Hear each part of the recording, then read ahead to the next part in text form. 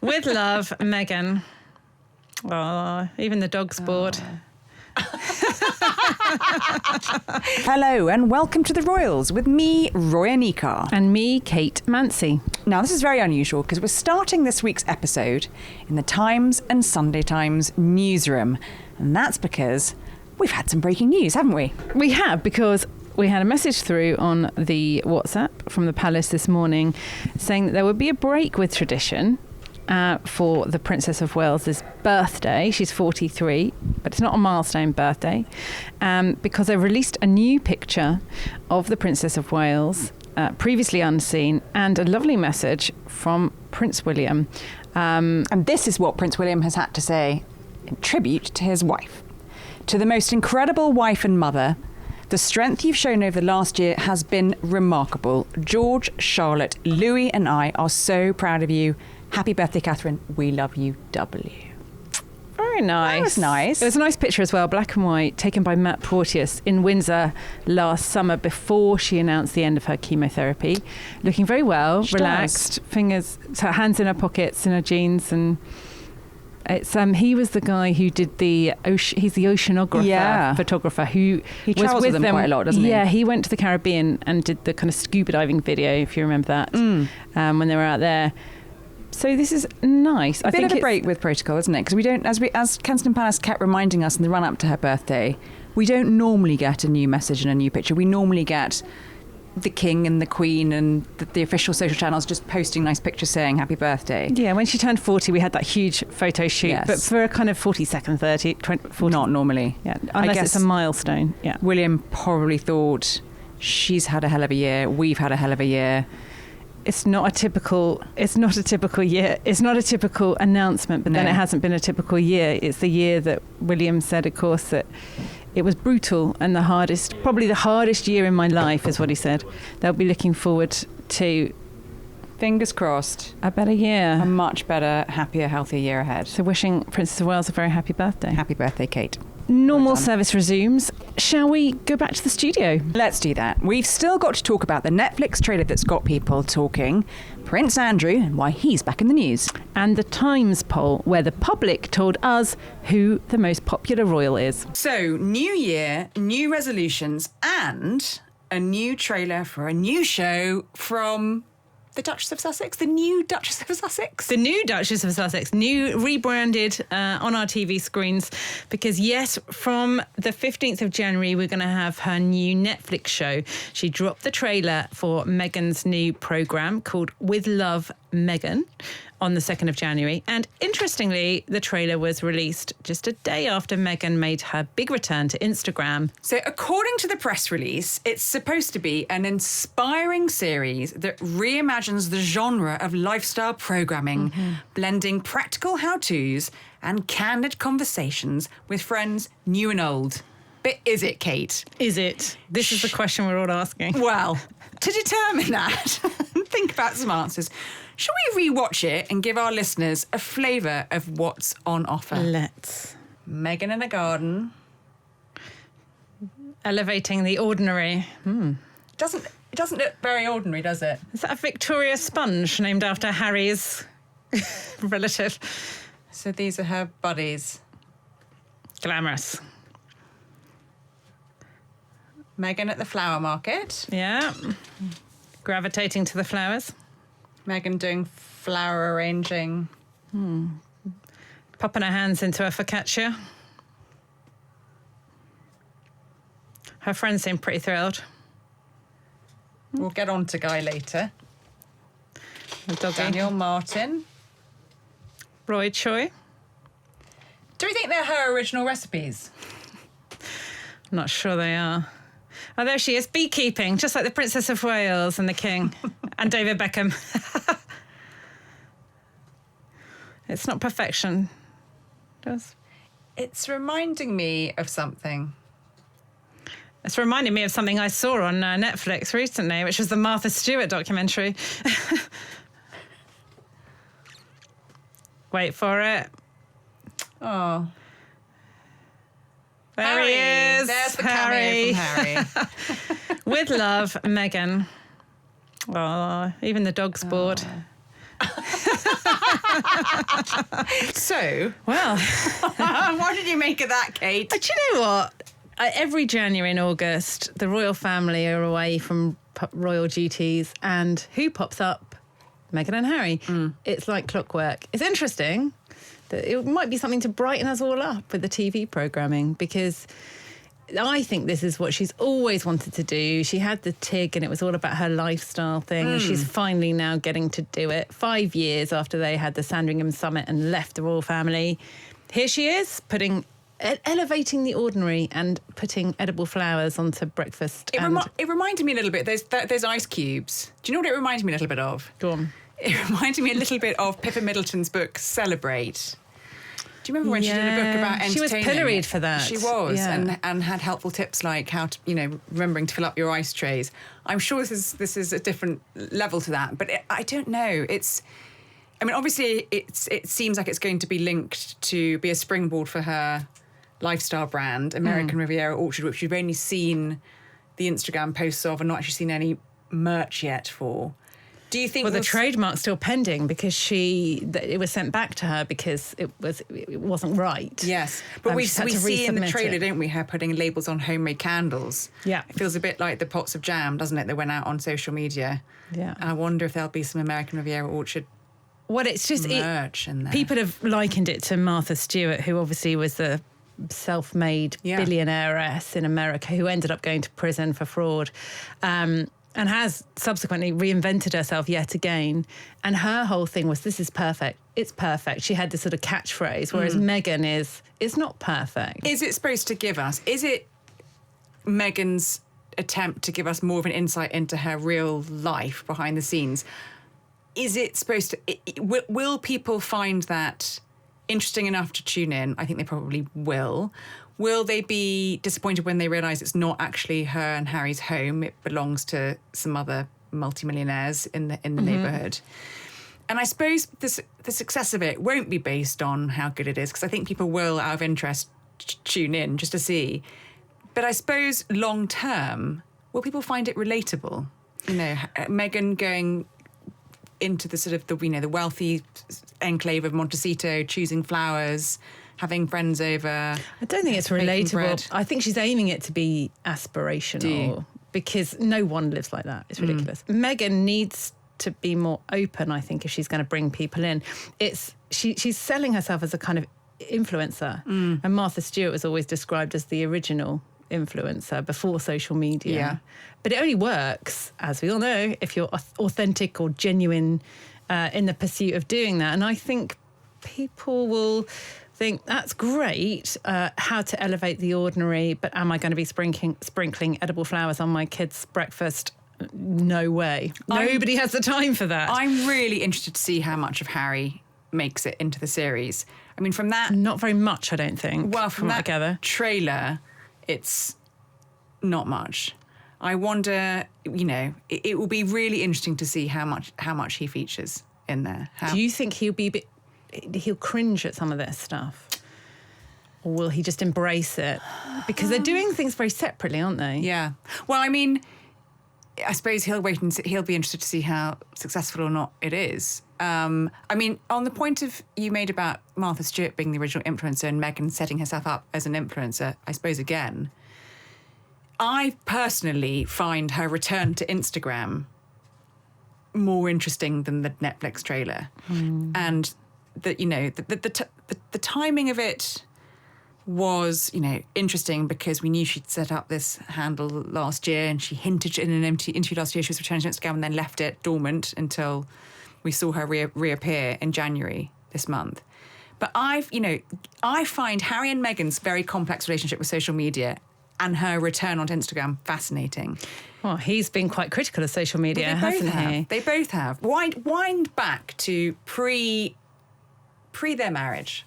So Meghan, when she was an actress in Suits, she had her own Instagram platform, which had more than 1 million followers. She had the TIG, her lifestyle and food website and blog. And then before she got married to Harry, she was advised by, the palace machine, it would be better to shut all that down. Yeah. So she shut it all down. She wrote a message saying she was sad, but she was shutting it down. When they got married, hated the fact that she had built these built these platforms and following, and had to kind of sack it all off, get rid of it. Then when they got married, they joined the Kensington Royal platforms. So that was sharing it with William and Kate. We know how that went. So when they split their households in 2019, William and Kate kept Kensington Royal, and Harry and Meghan set up the Sussex Royal Instagram, which broke all records and got more than 1 million followers in less than 6 hours, busting records. So people were obviously very, very interested in them.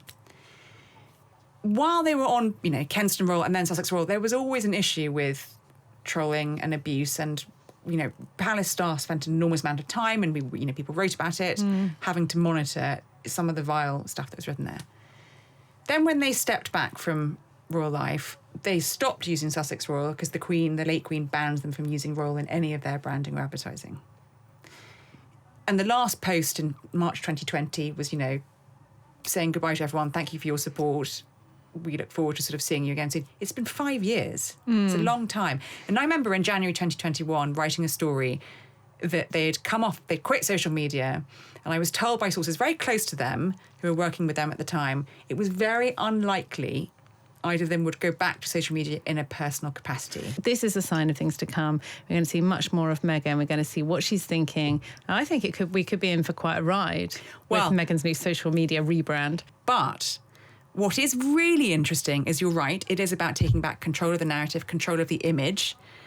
But it's very interesting, I think, with the Instagram, that the comments are turned off. Yes. So while we might, people have written lots of comments about the trailer on Netflix and YouTube, which we'll come on to, we might read a couple of them out. You and I and anybody else won't be able to put what they think, positive or negative, on that Instagram account because the comments are off, and I think that's fascinating. Well, people are certainly interested because as we speak, she's already got 1.4 million followers on Instagram, which is no mean feat.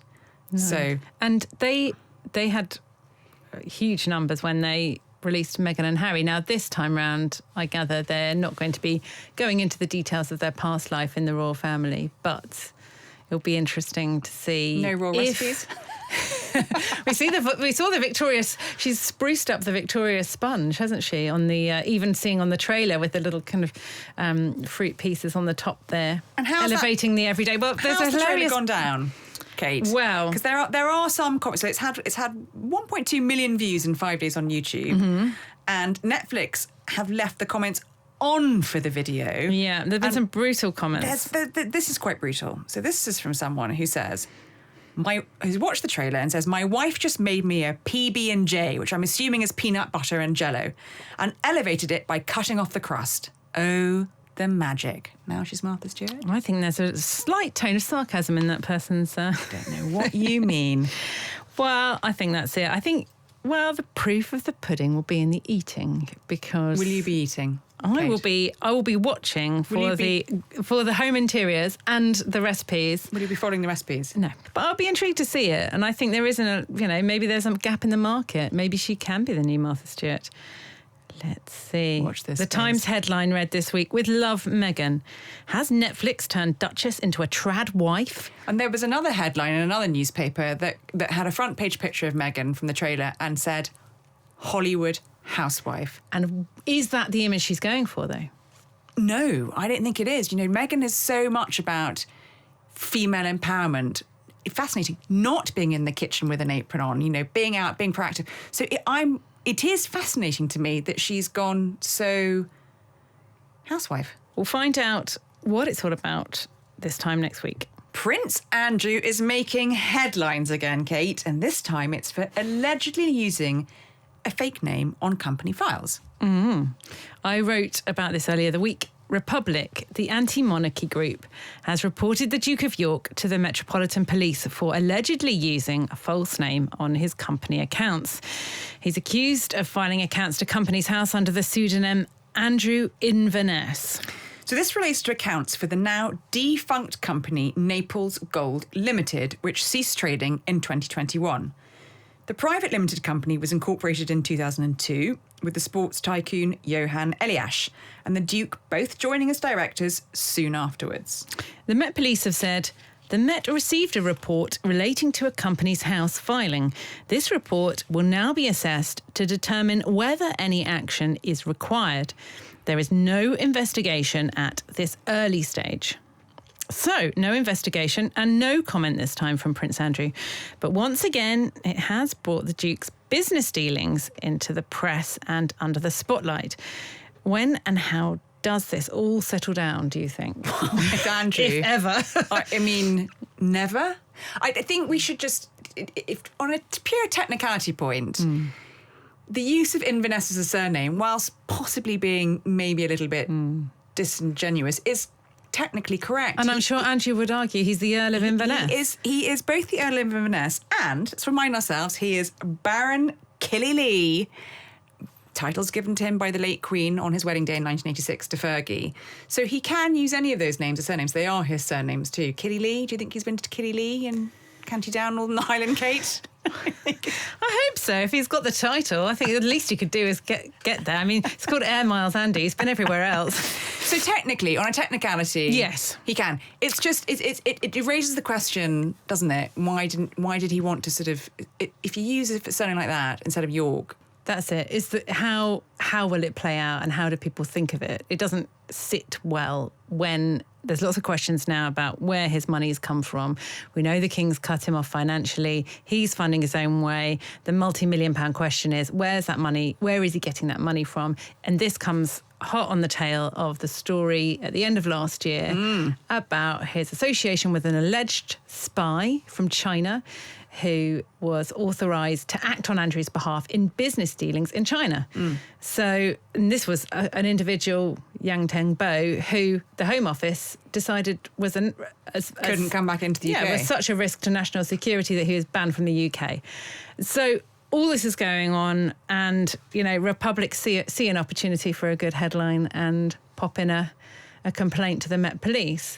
Now, the King... But some people will say, well, that's legitimate. We should know more about this. The King and the royal family managed to sort of put a lid on Andrew over Christmas and New Year because obviously he didn't go to Sandringham. It always feels like however much distance and, you know, however much of an ocean they try and put between the institution and Prince Andrew, it never goes away. He is the problem that never goes away. And I think... I suspect, you know, we will hear more that they don't want to hear about and probably don't want us to hear about over the next few months on Prince Andrew. He's not going away, is he? No, he's not. And I did a kind of wrap-up in the Times magazine at the end of the year in which a couple of people actually mentioned him and Harry to me as being known as the Dukes of Hazzard, as the two kind of difficult dukes that... you know, are problems for the King, but perhaps Andrew more so. But what more can the King do? But I think there's going to be much more to come as people continue to look at Andrew, and there's criticism on him and his role, not just now, but what he, the 10 years that he was a trade envoy acting on behalf of the British government, and what connections he made there, and what money he made off the back of those connections. I think there's still loads of questions to be answered. Yeah. Watch this space. Indeed. I'm sure Prince Andrew and the King will be.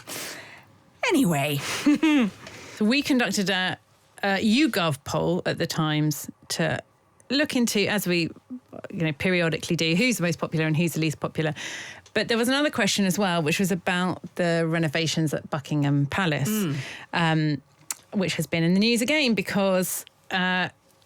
the results found that the majority of Britons are against funding the £369 million work that's currently going on at Buckingham Palace. The YouGov poll was commissioned by The Times and 2,500 people were questioned about it. The 775-room palace is undergoing a 10-year resurfacing programme, which began in 2017. And 56% of those questioned said that the government should not contribute to the renovations, while only 29% said that it was right for taxpayers to fund it. The impact of the works also means that incoming state visits will be moved to Windsor Castle until 2027. But there's a bigger issue here as to who pays for it and where that money comes from. So I was quite surprised by the results, actually, because I thought everybody had kind of accepted the fact that this was... Yeah. Or is it just that we're a nation of non-protesters?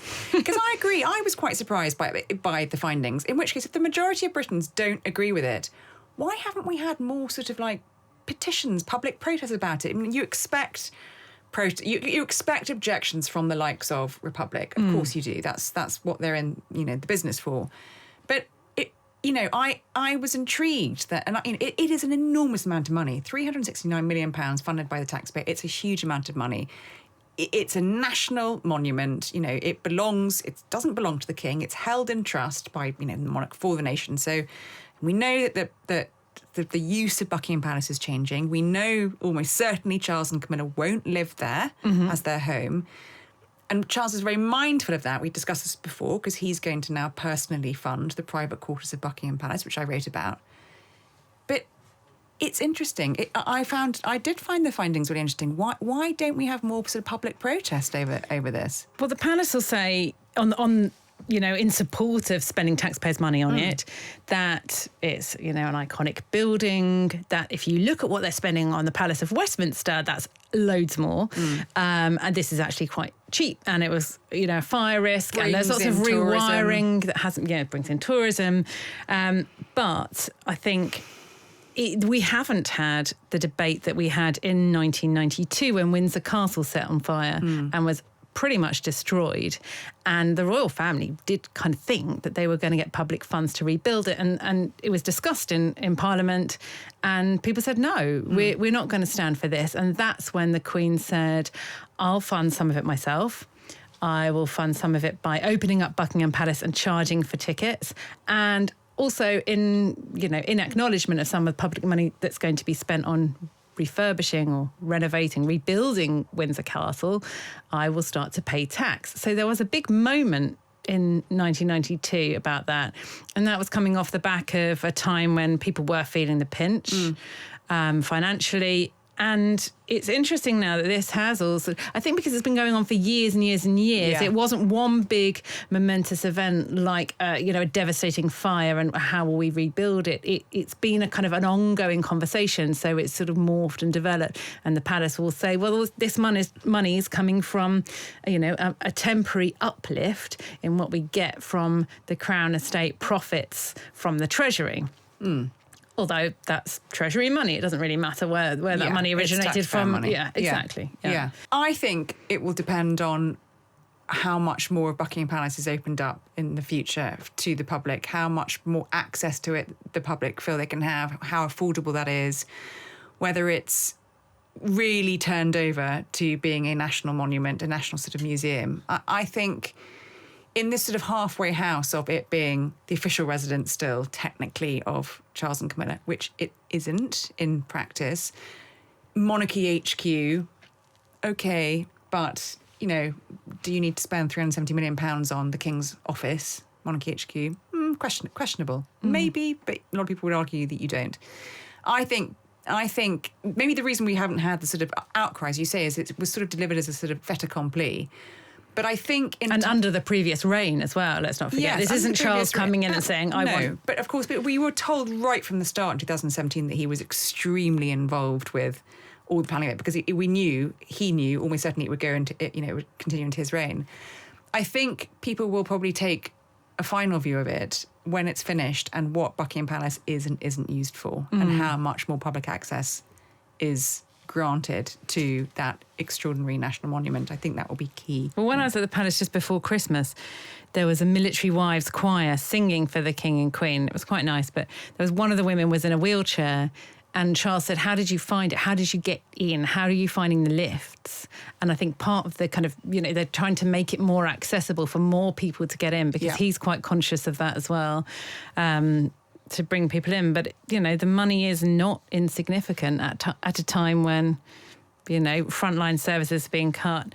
We've got a story in the paper today saying there's a 2-day wait once you're in hospital to see a doctor. So how will that play out? And I think this is something that the palace are very prickly is probably not the right word, but they're very, very aware and conscious that Charles wants to be good value for money, wants to be seen to be good value for money.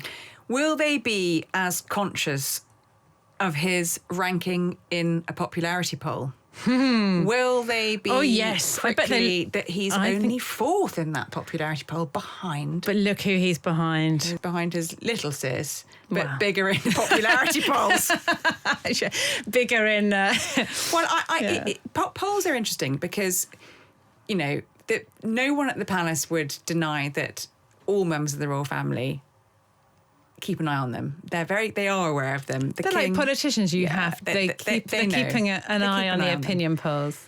So this was a poll that was the poll that was done, the YouGov one, which said which wanted to find out who was the most and least popular member of the royal family. And the most was Princess of Wales.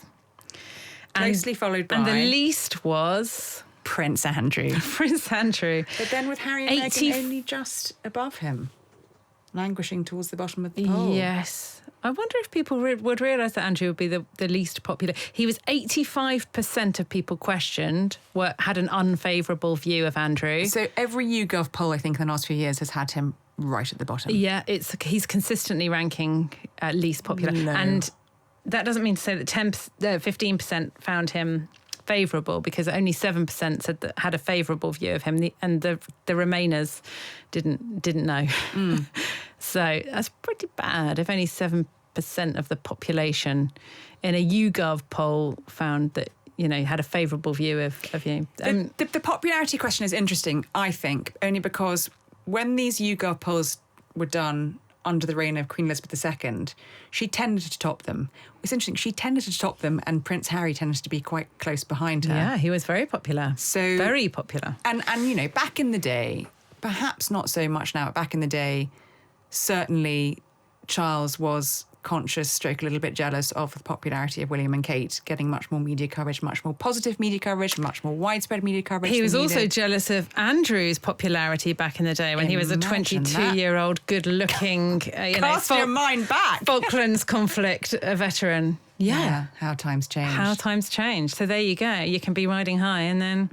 But I think, King and Queen, that's respectable. Yeah. Sitting there. Princess Anne, though.